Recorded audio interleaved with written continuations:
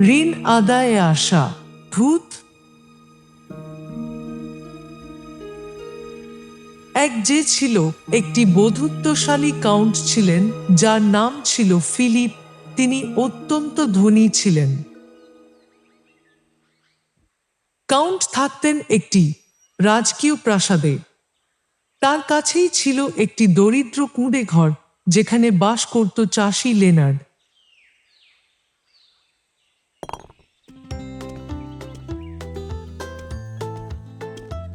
Lenard ভাই, একটু বিশ্রাম নাও। আজ ভেড়ার মাংসের পাঁজর আছে, ওরে থেকে যেও, আমাদের সাথে খেলে মজা হবে। না ধন্যবাদ, আমি এইটুকু কাজ শেষ করি যাতে আগামীকাল আপনি নতুন দেয়াল পান। আপনি ঘরে যান, রোদে থাকবেন না, আমি দ্রুত শেষ করে চলে যাব। শেষ হলে আমাকে জানাও, আমি টাকা পাঠিয়ে দেব। আমরা তো প্রতিবেশী, রোজই দেখা হয়, আমি তো আপনার জন্যই করছি, টাকার কি দরকার? জানতাম তুমি এটাই বলবে, তাই আমি আগে থেকেই কয়েক কিলো ময়দা আর এক প্যাকেট শুকনো মাছ তৈরি করে তোমার স্ত্রীর জন্য পাঠিয়ে দিয়েছি। ফিলিপ সাহেব কত উদার, অনেক ধন্যবাদ। সব শেষ হয়ে গেছে নাকি? জি হ্যাঁ, চাকর আমাকে ডেকেছিল। আপনি কি কিছু বলতে চান? শীঘ্রই আমার পরিবার ব্যবসার জন্য দক্ষিণে যাবে, সম্ভবত কয়েক মাস পর ফিরবে। আমাদের ঘনিষ্ঠ বন্ধুত্বের খাতিরে আপনি কি আমাকে একটি কাজে সাহায্য করতে পারবেন?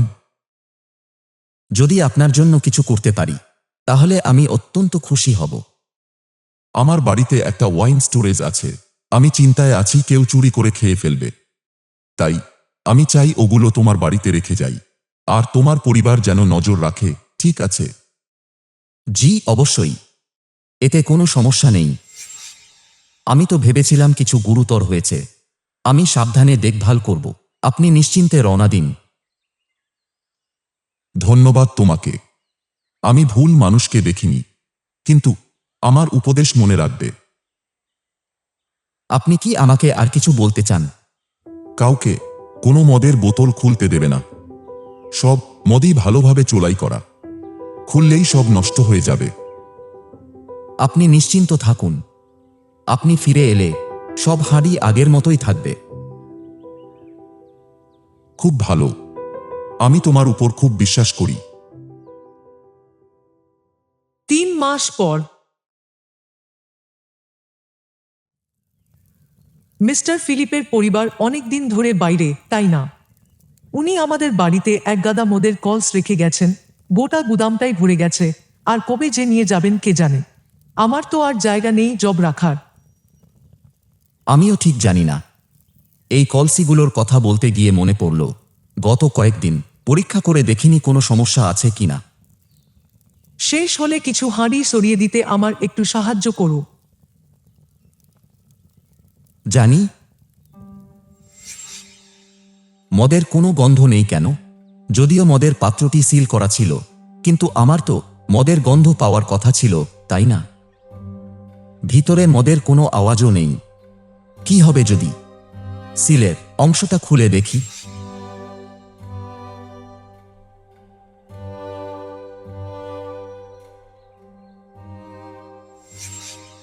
কিন্তু তিনি আমাকে একেবারেই না খুলতে বলেছিলেন। তবে আমি যদি একটাকে চুপি চুপি খুলেও ফেলি, উনি বুঝতেই পারবেন না। উনি কি ভেতরে অন্য কিছু লুকিয়ে রেখেছেন আর মিথ্যা বলছেন এটা মদ বলে?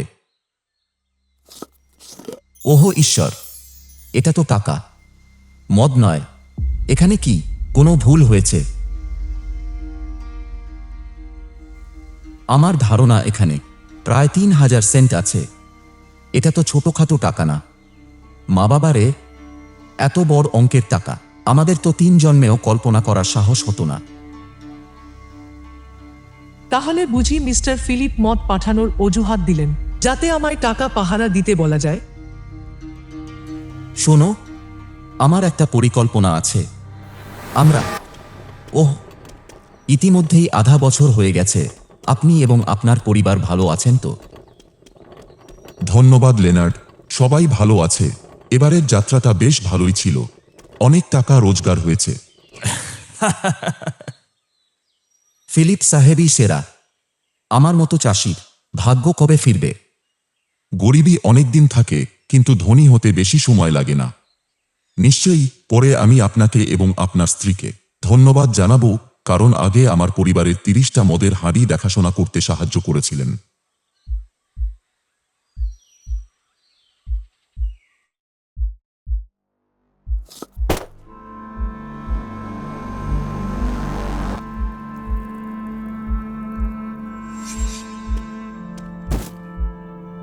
আমরা একসাথে মদ কিনতে যাই, যেন আমরা তা কলসিতে ঢালতে পারি।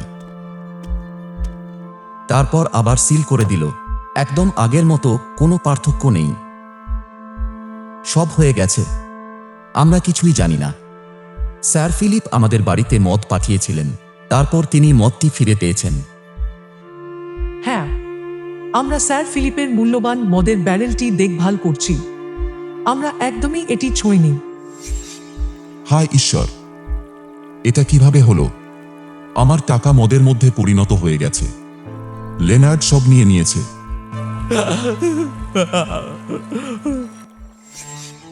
আমি ভাবিনি যে এত বছর ধরে প্রতিবেশী হয়ে সেই দুষ্ট লোকটা আমার সাথে এমনটা করবে। আপনি কি বিটবিট করছেন? কি কি খারাপ করেছে? দুষ্ট লেনার্ড, সে মদের কলসিতে রাখা আমাদের সব টাকা নিয়ে নিয়েছে। হে ভগবান, চোর! আমার টাকা নেওয়ার সাহস হয় কি করে? তুমি ওর বংশের কবর খুঁড়ে টাকা আদায় না করে এখানে শুয়ে কাঁদছ। শেষে আমি তো সেই লোক যে লেনার্ডকে বলেছিল যে সব মদের পাত্রে মদ আছে। এখন আমার কাছে কি প্রমাণ আছে যে ওতে টাকা ছিল? অসৎ লোক, কৃতজ্ঞহীন আর অবিচারী। আমাদের বাড়ি কখনই তাদের পরিবারের সাথে টাকা পয়সা নিয়ে অভাব বোধ করেনি। তাহলে কিভাবে তারা এমন ভয়ঙ্কর কাজ করতে সাহস পায়? আর কোনো উপায় নেই কি সম্পত্তি ফিরে পেতে? আমরা তো শুধু মদ পাহারা দিতে বলেছিলাম, আর শেষে সে আমাদের ফিরিয়ে দিল ঠিক মদটাই। এখন চুপ করে বাইরে যাও, আমি আর কিছু বলতে চাই না।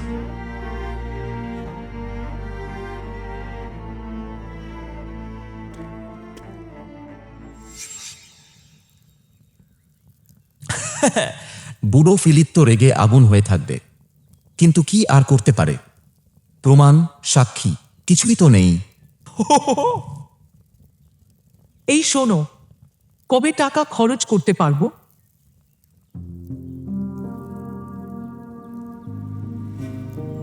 গরিব হতে অনেক সময় লাগে, কিন্তু ধনী হতে বেশি সময় লাগে না। সারা জীবনে, স্বপ্নেও আমি আর তুমি ভাবিনি আজকের মতো এমন সম্পত্তি পাব। এখন আর কয়েকটা বছর অপেক্ষা করতে পারছো না? তুমি ঠিক বলছো। ফিলিপ সাহেব বেশি দিন বাঁচবেন না। একদিন লেনার্ড এবং তার স্ত্রী কান্নার শব্দ শুনতে পেলেন। ছুটে গিয়ে তারা দেখলেন কাউন্ট ফিলিপের স্ত্রী তার মুমূর্ষু স্বামীর পাশে চিৎকার করে কাঁদছেন। লেনার্ডের কাছে সম্পত্তি খোয়ানোর পর ফিলিপ মেনে নিতে না পেরে 6 মাসের মধ্যেই যন্ত্রণার মধ্যে দিয়ে মারা গেলেন। ফিলিপ সাহেবের মৃত্যু দেখতে পেয়ে লেনার্ড বুঝল সুযোগ এসে গেছে। ফিলিপ সাহেবের টাকা ব্যবহার করে জমি কিনে বিলাসবহুল বাড়ি বানাল।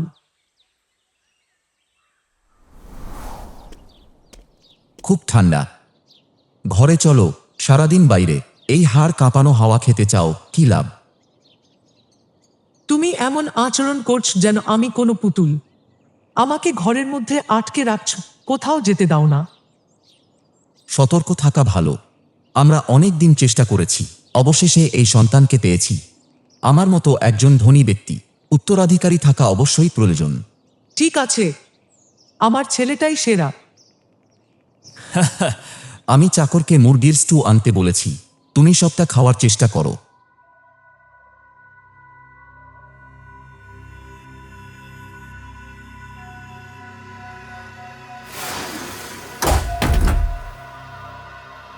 ওহো ঈশ্বর! মিস্টার ফিলিপ, আমি তোমার ঋণ আদায় করতে এসেছি। ঋণ? আমার ঋণ? ওহো ঈশ্বর! আহা, তাহলে এটা শুধু একটা স্বপ্ন ছিল। কিন্তু এতদিন পর হঠাৎ কেন সেই বুড়ো লোকটাকে স্বপ্নে দেখলাম? জানি না এর কোনো অর্থ আছে কিনা। যা হোক, মালিক, লেনার্ড গিন্নি এক পুত্র সন্তানের জন্ম দিয়েছেন। ওহ, আমার ছেলে। শান্ত হও, আমার প্রিয় ছেলে, আমার সোনার টুকরো।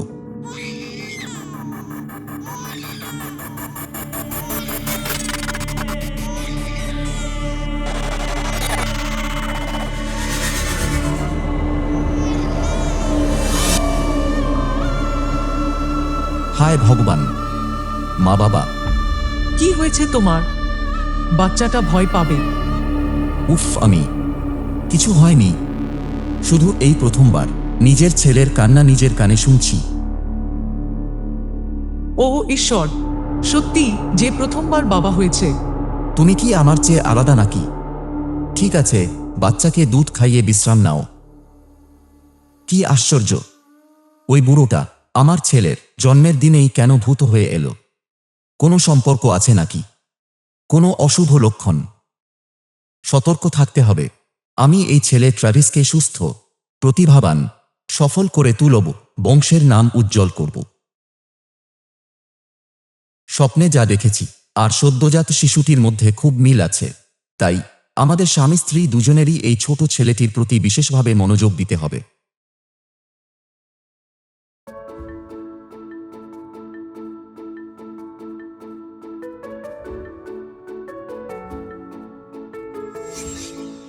আমি এসেছি বাবা, আপনি এসে গেছেন। মি লেনার্ড, আপনাকে অভিবাদন। খুব কম মানুষই আপনার মতো ভাগ্যবান। ধনী পরিবার আর এমন আজ্ঞাবহ ও মেধাবী সন্তান। ধন্যবাদ শিক্ষক ট্র্যাভিস। মনে রেখো, সবসময় তোমার শিক্ষকের কথা শুনবে বাবা। আমার মনে আছে বাবা। ট্র্যাভিস খুবই মেধাবী, আপনি নিশ্চিন্ত থাকুন। প্রতি মাসে আমি তোমার পড়াশোনার জন্য অনেক টাকা খরচ করি।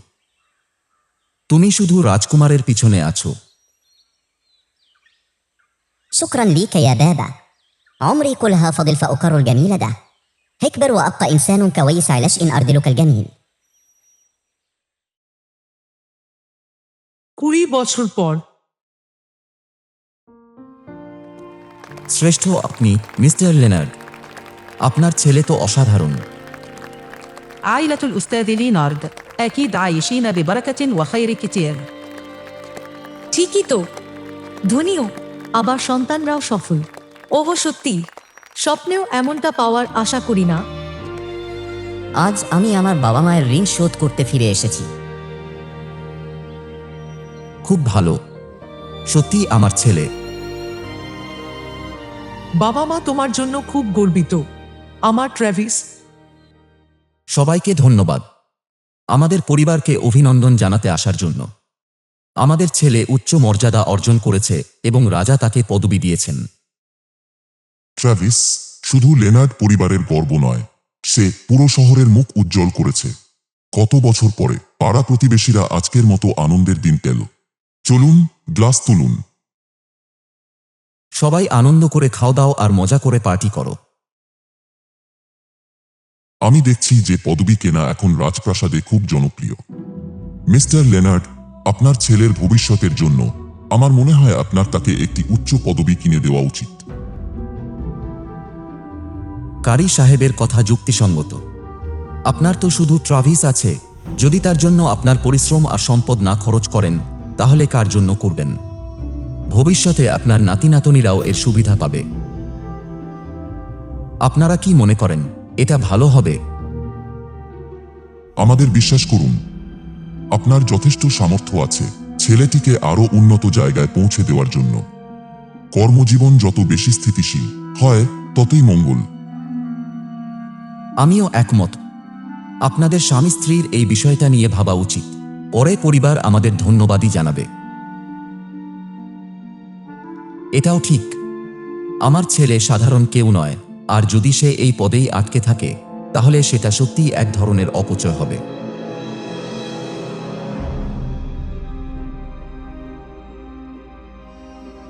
সব ডিউক মহোদয়ের দয়া হয়েছে। আমরা আপনার দয়া ভুলব না।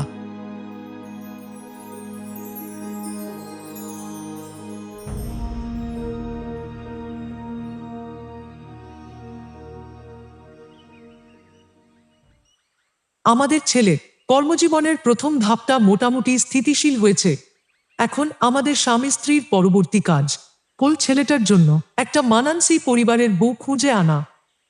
অনেক গণ্যমান্য ব্যক্তিরা আমাকে তাদের মেয়েদেরকে ছেলেটার জন্য দেখতে বলেছেন, কিন্তু মনে হচ্ছে ইদানিং ওই প্রভাবশালী ডিউকের মেয়ের সাথে মেলামেশা করছে। খুশি হব নাকি চিন্তা করব বুঝতে পারছি না।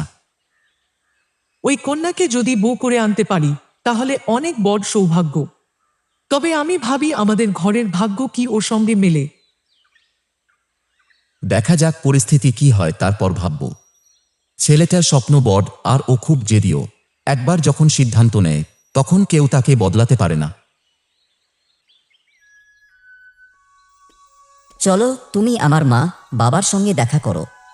তা কি ঠিক হবে? আমার ভয় হচ্ছে। আমারই তো ভয় পাওয়ার কথা। আমার চেয়েও কত ছেলে তোমার পিছনে ঘুরছে, কিন্তু আমার মন খাঁটি, তুমি আমার একমাত্র ভালোবাসা। আমি তোমার উপর বিশ্বাস করি। আগামীকাল আমরা বাবার সাথে কথা বলতে যাব। তুমি কি রাজি আছো? আমি রাজি। তোমরা দুজন এখনই ঘরে চলো। বাইরে দাঁড়িয়ে কি করছো? বাবা, ইনি নোরা, মহামান্য ডিউকের কন্যা। নমস্কার কুমারী নোরা। কুমারী, ভেতরে আসুন। জানি না রাতে আমার ছেলে আপনাকে এভাবে বাইরে ডেকে এনেছে, কোনো অসুবিধা হয়নি তো? জি জনাব লেনার্ড, আমরা তো আপনারই ছেলে মেয়ে, এখনো কাকা কাকিমার সাথে দেখা হয়নি। চলুন আমরা সবাই ভেতরে যাই। বাবা মা, নোরা এমন একজন নারী যাকে আমি স্ত্রী হিসেবে পেতে চাই। আপনাদের আশীর্বাদ কামনা করি। এটা আঙ্কেল আন্টি, দয়া করে আমার বাড়িতে তাড়াতাড়ি আসুন, যাতে আমরা তাড়াতাড়ি একসাথে থাকতে পারি। কিন্তু আমার ভয় হচ্ছে। আমি বাবা মায়ের চিন্তা বুঝতে পারছি, কিন্তু নোরা না হলে আমি আর কাউকে বিয়ে করব না। আমি বুঝতে পেরেছি। তোমাদের ভালোবাসা দেখে আমার মতো বাবা মাও নিশ্চিন্ত বোধ করছি। এখন তাড়াতাড়ি চলে যাও, পাছে ডিউক সাহেব চিন্তিত হন। এই ব্যাপারটা আমি অবশ্যই তাড়াতাড়ি ঠিক করে দেব। বাবা মা রাজি হয়েছেন, দেখলে তো। এখন আমি নোরাকে বাড়ি পৌঁছে দেব।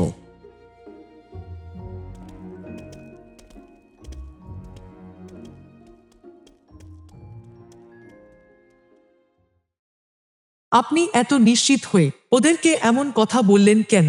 সবাই তো ভালো করেই জানে ডিউক সাহেব সাধারণ নন। তিনি এত সহজে মেনে নেবেন না। শোনো, সবকিছু টাকা দিয়ে সমাধান করা যায়। যতই কঠিন হোক না কেন, সমস্যা মেঘের মতো উড়ে যায়। তুমি কি অনেক খরচ করার কথা ভাবছ? হ্যাঁ, সেদিন পথ কেনার ঘটনা থেকে আমি ধীরে ধীরে বুঝতে পেরেছি ওই বুড়োটা কেমন মানুষ। তাই আমি সামলে নিতে পারবো। টাকা আমি বাইরে থেকেও ধার নেব, এটা কোনো সমস্যা নয়। আসল কথা হলো, এই ব্যাপার থেকে আমরা কি লাভ করব? যদি সফল হই, আমাদের পরিবার স্বয়ং ডিউকের সঙ্গে সম্বন্ধে জড়াবে। ট্রাভিস আর আমাদেরও উপকার হবে এতে। প্রজন্ম থেকে প্রজন্মে রাজপ্রাসাদে কেউ উচ্চ পদে আসীন হবে। ঐশ্বর্য আর অর্থের শেষ থাকবে না। হ্যাঁ ঠিক, কিন্তু এটা কঠিন হবে। এই সংখ্যাটা আমার অনুমান অনুযায়ী ছোট হবে না। কালকেই আমি এটা নিয়ে ভাবতে শুরু করব। আচ্ছা, এখন ঘুমিয়ে পড়ো। এই সিদ্ধান্তটা নিতে গিয়ে আমার মাথা ধরে গেছে। আপনি ভালোভাবে ফিরুন আত্মীয় জামাই। ভালো দিন তারিখ যা হবে আমাদের জানিয়ে দিন, তারপর বিয়েটা দ্রুত সেরে ফেলি।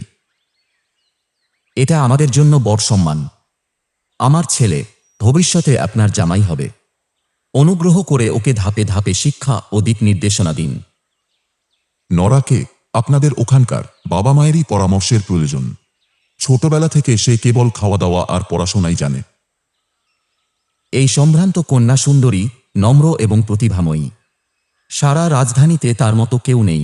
নোরাকে পুত্রবধূ হিসেবে পাওয়া আমার জীবনের সবচেয়ে বড় সুখ। সফল হয়েছে কি? তুমি ভাবছো বাবাকে? এই কাজ লেনার্ডের পরিবারের সব সম্পত্তি শেষ করে দিয়েছে। তুমি সাবধানে ব্যবহার করো যাতে সবকিছু ঠিকঠাক থাকে। নিশ্চিত থাকুন, আমি আপনাকে হতাশ করব না। আর তাই আরও এক ধাপ আমাদের পরিবার ছেলের বিয়ের দৌলতে আবার ঘুরে দাঁড়ালো। বাবা মায়ের কাছে তুমি একমাত্র। তোমাকে জীবনে পাওয়াটা এমন এক আশীর্বাদ যার কোনো তুলনা হয় না। মা বাবা তোমার জন্য সবকিছু করেছেন, এখন তোমার দায়িত্ব তাদের সেবা করা। মা বাবা সুস্থ থাকতে হবে। তোমার বাবাকে দেখো, খুশিতে মুখ বন্ধ করতে পারছে না। এখন থেকে সারাদিন গর্ব করে বেড়াবে, কারণ সে ডিউকের ব্যয় হয়েছে।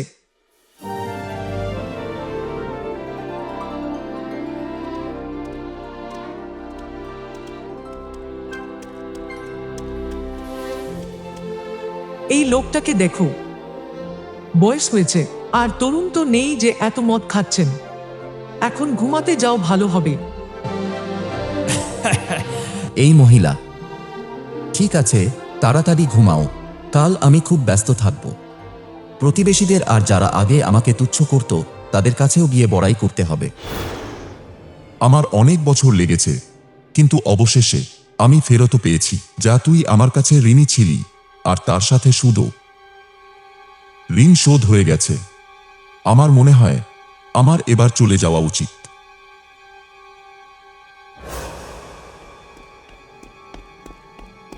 ও আবার কেন ফিরে এসে আমাকে ভুতুড়ে মতো তাড়া করছে? যদি তুই আবার আমার সামনে আসিস তাহলে তোর সাথে আর শান্তিতে থাকব না। আমি তোদের পুরো পরিবারের কবর খুঁড়ে ফেলব। পরে আমাকে নিষ্ঠুর বলিস না। তুমি কি বলছো? তাড়াতাড়ি বাইরে যাও, ট্র্যাভিস গুরুতর অসুস্থ। কি? এত কাকতালীয় কেন? ডাক্তারকে ডেকেছেন? স্যার পরীক্ষা করছেন। আমার ছেলে কেমন আছে স্যার? গতকাল তো সুস্থই ছিল। যত টাকাই লাগুক সমস্যা নেই। ওর ডিউকের মেয়েকে বিয়ে করার কথা। আরে শোনো, ধীরে, ওকে উত্তর দিতে দাও। আমি ট্র্যাভিসকে পরীক্ষা করেছি, কিন্তু আপাতত আমি কি না। তাড়াতাড়ি বলুন। ব্যাপাকিয়া হরিয়েনে খেনাপা সেই ব্যাপাক। স্যার, আমাদের ছেলেটার শুধু সাধারণ সর্দি হয়েছে, তাই না? নিশ্চয়ই ওর ঠান্ডা লেগেছে। এটা সহজ নয়। রোগের অবস্থা এখন বেশ খারাপের দিকে যাচ্ছে, কিন্তু রোগের মূল কারণটা কোথায় থেকে আসছে সেটা আমি জানি না। সত্যি, এটা আমার ডাক্তারি জীবনে এক বিরল ঘটনা। আপনি কি বলছেন স্যার? আমরা বিশ্বাস করতে পারছি না। অবশ্যই এখানে কোনো ভুল হয়েছে। এই দুনিয়ায় কি এমন কোনো রোগ আছে যার কারণে আমরা জানি না নাকি? নিশ্চিত এই শিক্ষক বিশেষজ্ঞ নন।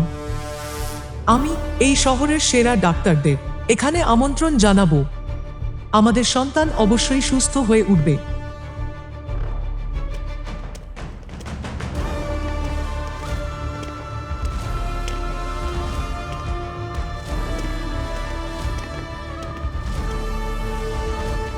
হতে পারে, আবারও তাই। কিন্তু মৃত মানুষ তো কিছু করতে পারে না, তাই না? তুমি বলো, শেষ পর্যন্ত কি হয়েছে? যখন থেকে ছেলে অসুস্থ হয়েছে তুমি খুব অদ্ভুত আচরণ করছো।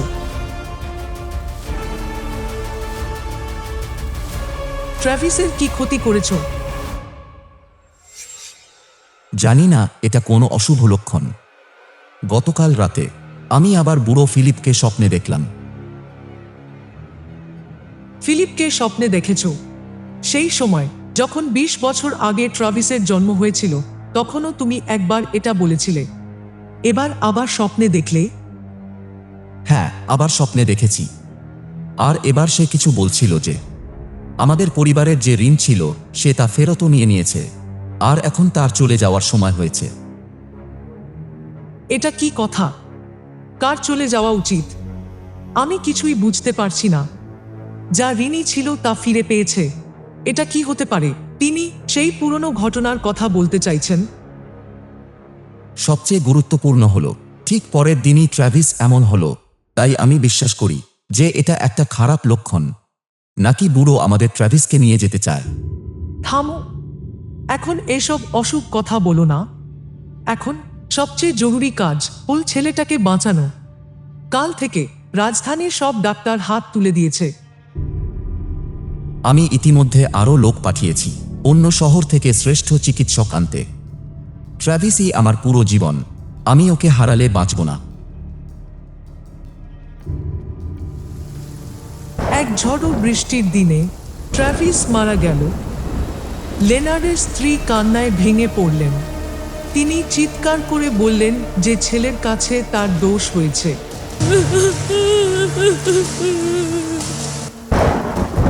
সে বিশ্বাস করতে পারছিল না যে তার আদরের ছেলে তাকে চিরদিনের জন্য ছেড়ে চলে গেছে। লেনার্ড বুঝতে পারলেন এ ছিল তার কৃতকর্মের ফল।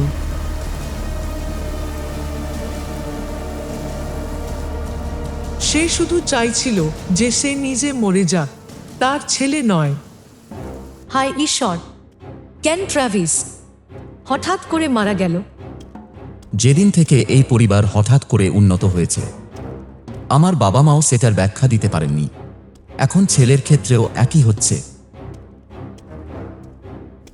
কেউ জানে না লেনার্ড সাহেবের পরিবারের সাথে কি ঘটেছিল এবং তাদের কৃতকর্মের জন্য তাদের একটি খুব বড় মূল্য দিতে হয়েছে। ফিলিপ সাহেব লেনার্ডের একমাত্র ছেলে হয়ে পুনর্জন্ম নিয়েছিলেন এবং তার যা ছিল তা সুদাসহ ফেরত নিতে এসেছিলেন। পড়াশোনার খরচ আর ঘুষ দিয়ে পথ কেনার মাধ্যমে সেই ছেলে লেনার্ডকে বাধ্য করেছিল সব টাকাই খরচ করে দিতে যা সে অন্যায়ভাবে অর্জন করেছিল।